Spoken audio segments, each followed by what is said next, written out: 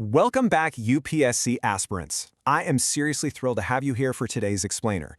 We are going to unpack one of the absolute most critical, high-yield sections of modern Indian history and polity, and that is the era of Crown rule in India. We're looking at this sweeping narrative arc, a 90-year, frankly very reluctant transfer of power from the British Crown into sovereign Indian hands. Think about this. It's a 90-year journey starting from the literal ashes of the 1857 revolt right up to the dawn of an independent republic. As you're studying this, I really want you to keep this one idea in your head. Every single legislative act we're going to talk about today builds on the failures or the forced concessions of the previous one. The British essentially only handed over power when they were absolutely forced to do so.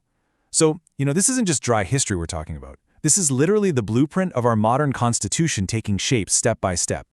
So, here is our roadmap for today. First up, the 1858 shift to Crown rule. Next, we'll look at the Indian Councils Acts. Third, the 1919 Act and the introduction of Dyarchy. Fourth, the 1935 Act bringing in Provincial Autonomy. And finally, the Independence Act of 1947. Let's get right into it.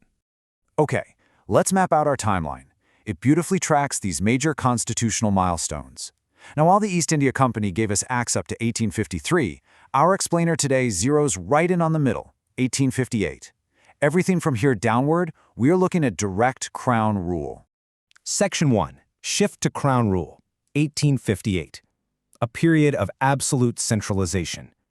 So, picture the scene. It's 1858, and Parliament is reacting to the massive shock of the 1857 revolt.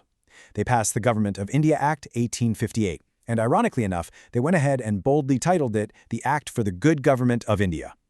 The absolute most crucial takeaway for you here is that it completely abolished the East India Company. Power was transferred directly to Her Majesty. They changed the title of Governor-General to the Viceroy of India, which made Lord Canning the very first direct representative of the British Crown. Plus, it totally ended that old system of double government by scrapping the Board of Control and the Court of Directors. In their place, they set up a brand new office in London, the Secretary of State for India, who is backed up by a 15-member advisory council. Section 2. The Indian Councils Acts. The baby steps of representation. So, the British quickly realized that trying to rule a vast nation without any local cooperation was basically a recipe for another revolt. So they took these cautious little steps. In 1861, for the very first time, non-official Indians were nominated to the Legislative Council.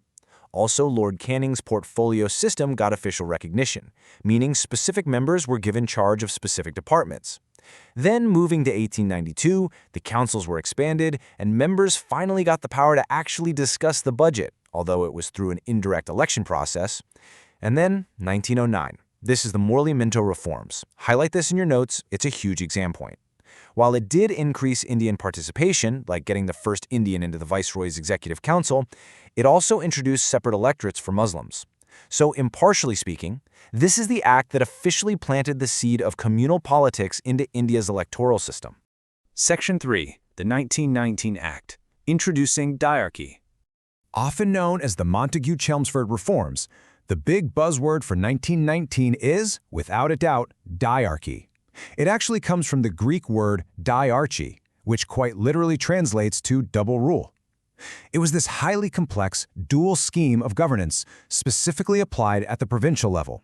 Now, to really grasp how it functioned administratively, let's break down how this whole double rule actually played out in practice. All right, so in practice, provincial subjects were sliced into two distinct lists. You had the transferred subjects, things like health and education, and these were given to the governor, who acted with Indian ministers responsible to the legislature. But check out the profound irony here. The reserved subjects, we're talking police, justice, land revenue, literally the real levers of state power, those were conveniently kept tightly in the hands of the governor and his executive council, who were absolutely not responsible to the legislative council. So it gave this nice mirage of power to Indians, while the British essentially maintained an iron grip on the essentials.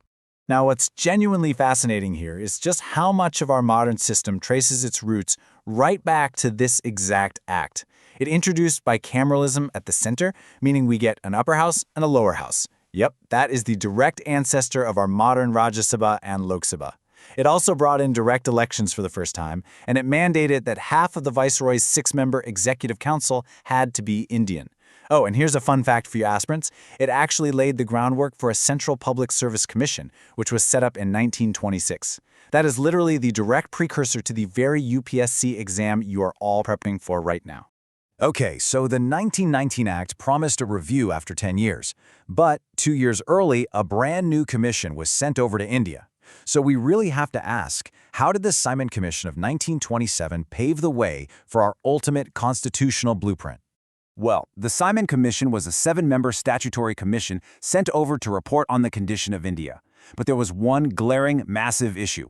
Every single member of that commission was British. Consequently, it was fiercely boycotted by all Indian political parties. It sparked massive protests and gave us the iconic Simon Go Back slogans echoing across the country. But despite the heavy resistance, they submitted their report in 1930. And its most crucial recommendation? The complete abolition of that highly unpopular provincial diarchy we were just talking about. This recommendation directly triggered a series of roundtable conferences which ultimately shaped our next major law. Which brings us to Section 4, the 1935 Act, Provincial Autonomy. Now, definitely note this for your studies. The 1935 Act is the most comprehensive, extensive piece of legislation ever enacted by the British Parliament for India. It's a massive, high-yield area for any constitutional analysis. Just notice how exhaustively powers were divided up into 3 lists here. You've got the federal list for the center, the provincial list for the provinces, and a concurrent list for both. And what if a topic didn't quite fit into any of those? Well, the residuary powers were handed directly to the Governor General. This structured 3-tier separation of powers is something you're going to recognize heavily in today's polity. Let's see how this builds on everything else. Unlike the 1919 Act, which introduced diarchy in the provinces, the 1935 Act actually abolished it entirely, replacing it with provincial autonomy. Provinces were finally allowed to act as somewhat autonomous units. It did try to propose diarchy at the center, though honestly, that never materialized. But beyond that, the institutional legacy of this act is just massive.